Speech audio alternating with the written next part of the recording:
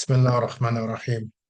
So, welcome to another discussion on fiqh without ethics. Fiqh without ethics. So, this is a series of um, talks or discussions that will be covering a number of issues so Muslims and non-Muslims, but mainly Muslims, can understand and appreciate Islamic law and also understand um, some con some problematic issues that I think some people take advantage or manipulate or try to abuse Islamic law for their own self-interest. And one of these topics is the issue of whether a man requires the permission of his first wife in order to marry again. So whether a man requires the permission or the consent of his current wife in order to take on a second wife. Now, this is it's a controversial topic because so from an Islamic perspective, Islamic law perspective, a man does not need permission of his wife in order to contract a nikah, a marital contract with another woman. That's from a legal perspective, as in the subsequent marriage contract will still be legally valid, but it doesn't mean that a man should marry another woman without informing or consulting or liaising or seeking the permission of his first wife. So this is where, because unfortunately, there are a number of Muslims who marry in secret, who take like a second or third wife in secret, and the wife doesn't know about it, and he might have some children and things like that. Now, this is clearly unethical because there is a lot of betrayal if a man is obviously going to have another wife, another family that his current wife doesn't know about. There's obviously he's going to be living effectively a double life, or he's going to be lying because obviously when she's asking him where is he, he's not actually going to say where he is or what he's doing. And then obviously it involves deceit, betrayal. We could argue treachery as well and dishonesty, which is all clearly forbidden in Islam. So whilst the contract in and of itself, from a legal perspective, the second contract might be valid, it doesn't mean that that behavior is permissible in Islam. And this is it's like a technical point because some men will use the argument that I don't need my wife's permission in order for me to marry again. So they use that as in, therefore, it's halal, it's permissible for me to marry another woman in secret, in private, and live a double life, shall we say? When again, this is an example of people, I would argue, abusing Islamic law or not understanding this Islamic law. And when scholars have said that a man can marry another woman without his wife's consent, they're mainly speaking about the legality of the marriage contract. Because in order for, according to generally like the four schools of Islamic law, and that's the Hanafis, the Malikis, the Shafi'is, and Hanbalis, the main condition for a marriage contract in nikah to be valid is you have the offer, obviously the offer from the man, and then the acceptance from the woman herself or from her guardian who is accepting the marriage offer, the proposal on behalf of the woman. The presence obviously of the guardian, the wali. You have the mahar, which is like the bridal gift, which the man gives to the woman. You've have at least two male witnesses who are upright. Um, and they're essentially the conditions in order for a marriage contract to be valid in terms of from an Islamic perspective. So that's why, again, technically you can get married without an imam, you can get married without being in a mosque or having hundreds of people. That's in terms of for the marriage contract to be valid, just purely from a legal perspective in Islamic law, from a fiqh perspective, fiqh referring to Islamic law. So obviously in that scenario, because as Muslim men, the Quran permits Muslim men to marry up to four women if they can be just. Now, again, in terms of what does it mean to be just, that varies from culture to culture, from man to man. But essentially, men do have that permission by Allah to marry up to four women on the condition that they can be just. So just say there's a man who's married and he feels he can be just to take on another wife, and so that's why he doesn't need the permission of his first wife in order to contract that marriage. The same way a man doesn't need the permission of his parent to contract to marry any woman. So again, this is speaking about Islamic law. Now, unfortunately, what happens in practice amongst a number of Muslims, even that I've seen and that I'm aware of, and this is even amongst people who are, quote unquote, very religious and practicing, and some imams and religious figures, because they know like the legal rulings and the technicality of the law. That's why they contract and have secret marriages without informing their first wife. And this is obviously clearly unethical, it's clearly immoral.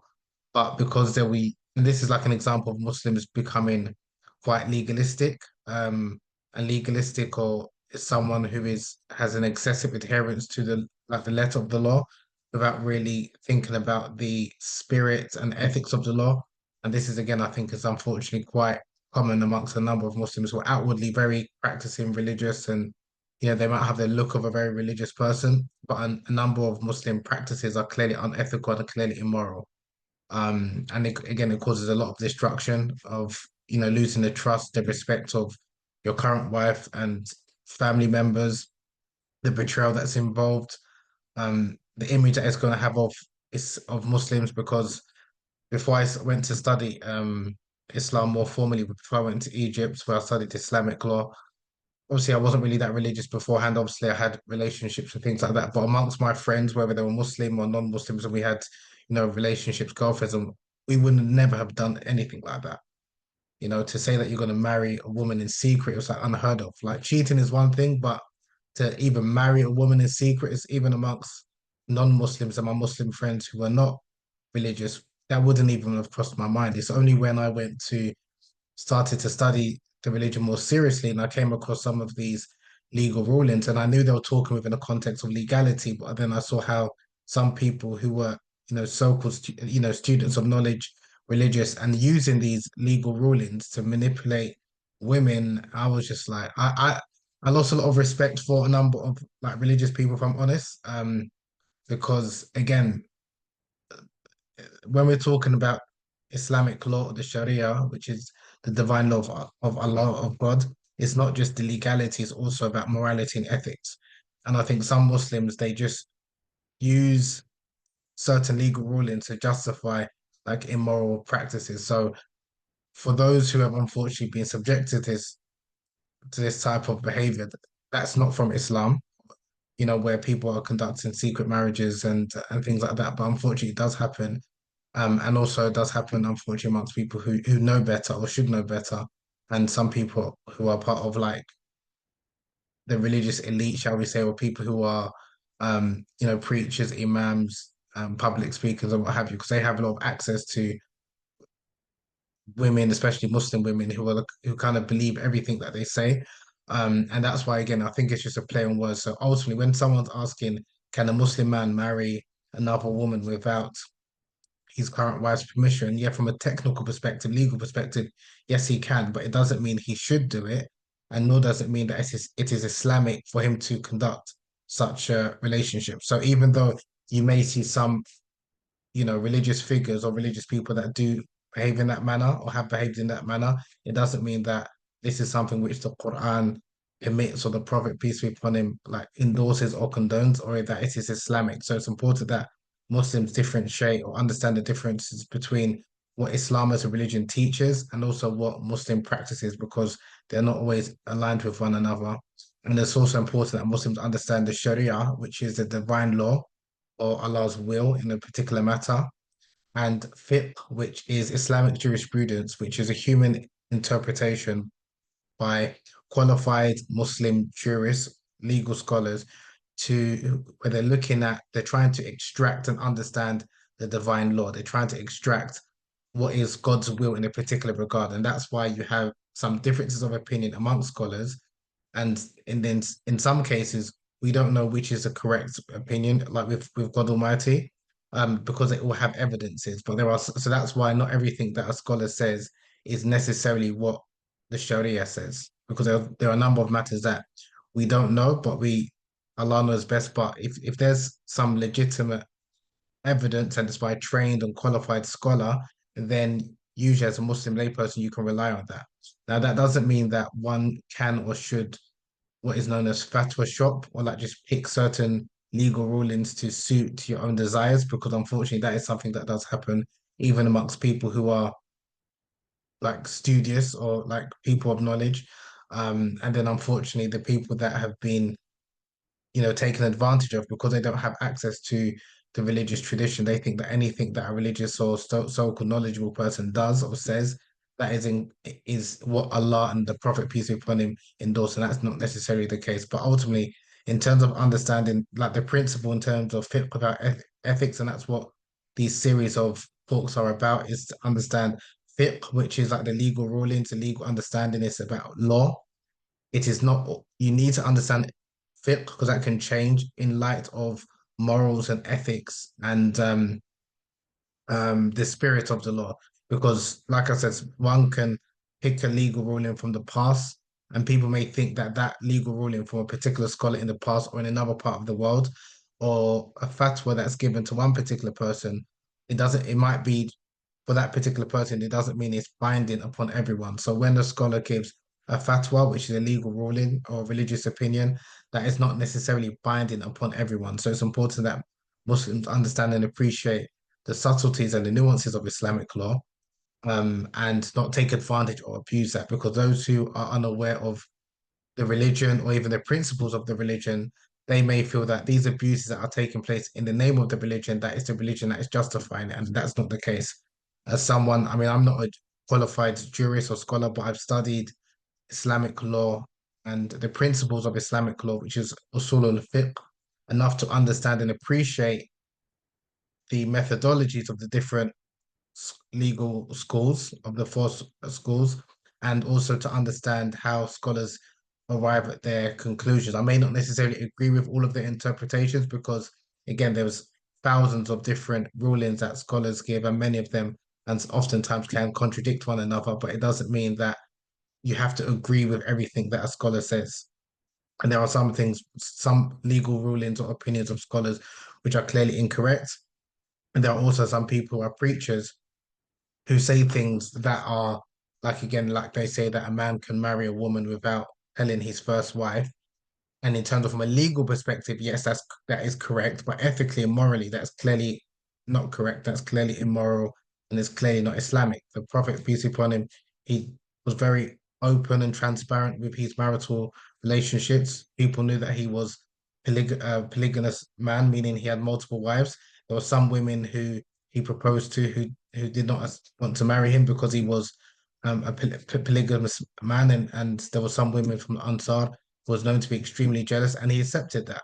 So the Prophet, peace be upon him, even though he was the best of creation, the best of men, even though he was the ideal husband, the messenger of God, still there were some women who didn't want to enter that type of marital relationship for their own reasons, and he never shamed them or he never contracted the marriage in secret, where his other wives didn't weren't aware of. Now, yes, some of his wives were really upset when he did marry again and were showed that they were jealous, but the Prophet never weaponized that or said that you should be happy for me or anything like that. There was a famous hadith when Aisha, may Allah be pleased with her, when she saw or found out that the Prophet married again, and she was really upset and distraught. And she used to sometimes say some derogatory remarks about some of the Prophet's wives out of jealousy, but he never again defamed her or anything like that because he empathized with her and he knew that it would be difficult. So I'm just saying that because, again, unfortunately, I think a number of our religious leaders and Muslim men in general, and I'm including myself in that, sometimes we can be quite immature when speaking about polygamy and laughing and joking about it, not realizing the devastation sometimes that it can cause to a woman, especially if she wasn't expecting or didn't realize that you was thinking about taking another wife. And then on top of that, you take a wife in secret, So there is a lot of betrayal, and it also can affect someone's their trust and their trust in Allah, and also their iman, their faith. So I just think as Muslims, especially as Muslim men, we kind of need to be honest and upfront. If you feel like you're someone who wants to potentially have multiple wives, at least let that be known. Don't give her dreams of being someone who's just about monogamy. You may do it in the future, you may not, but at least give her the heads up. It's important to kind of be very open, especially if you're living in a country or a culture where polygamy is rare or it's not really practiced. It can also That can also be extremely difficult for your wife. So again, I just wanted to talk about this topic of, marrying a second wife without the first wife's permission, because again, there is a lot of misunderstandings around this issue and abuse of it, because although it's not, again, like I said, required from a legal perspective in Islamic law, it doesn't mean that Muslims should do it, and it doesn't mean that it is good or it's moral or it's ethical, because our Sharia is includes legality and morality. The Prophet, he outlined not only the laws of Islam, but he also outlined ethical principles. And these ethical principles are not only what scholars use to extract rulings, but also what we as Muslims should understand in terms of how we live our lives. So you don't necessarily need to be a scholar or someone that has studied for a number of years to understand the basic ethics and etiquettes of what Islam teaches. We're not allowed to lie. We shouldn't cheat. We should be transparent. Um, we shouldn't harm, and that includes physical harm and emotional harm. So, if these are principles and things which the Prophet, peace be upon him, said, how can one then knowingly and intentionally harm their wife, and do acts which is going to cause harm, especially a lot of psychological harm, when you are essentially betraying her trust by marrying in secret? If you're going to do it, at least be honest and upfront from the beginning. And irrespective of if you do it, if you let her know in advance or you do it secretly, you're going to have to obviously deal with the consequences. And the Prophet and the early Muslims were real men in the sense of they were accountable for their actions, or they held other men accountable for their actions. So again, I just wanted to kind of share my thoughts on that topic, because I personally, like I said, I lost a lot of respect for a number of so-called religious preachers and certain men that I used to look up to, because they were doing things that when I wasn't religious, I wouldn't have even thought of. So I didn't understand how people can use religion to how people can manipulate religion or people's lack of knowledge of religion to sleep with a woman. Because in many cases, men who marry women in secret, those marriages are very short term. It's really just about his satisfaction, and then he usually divorces her and goes back to his first wife, or he divorces his first wife, and sometimes the second marriage doesn't last. So again, I just wanted to understand to touch on that, because, like I said, those types of practices are not Islamic. It's not from Islam, although they are um, practiced by a number of Muslims who should know better. So just wanted to share some thoughts on this topic under the fiqh without ethics, the whole idea of, can a Muslim man marry a second wife without his first wife's permission? So just wanted to touch on that. Yes, from a legal perspective, it is permissible, but again, it doesn't mean that one should do it. So hope, hopefully that's clear, and I look forward to speaking to you on the next chat or discussion.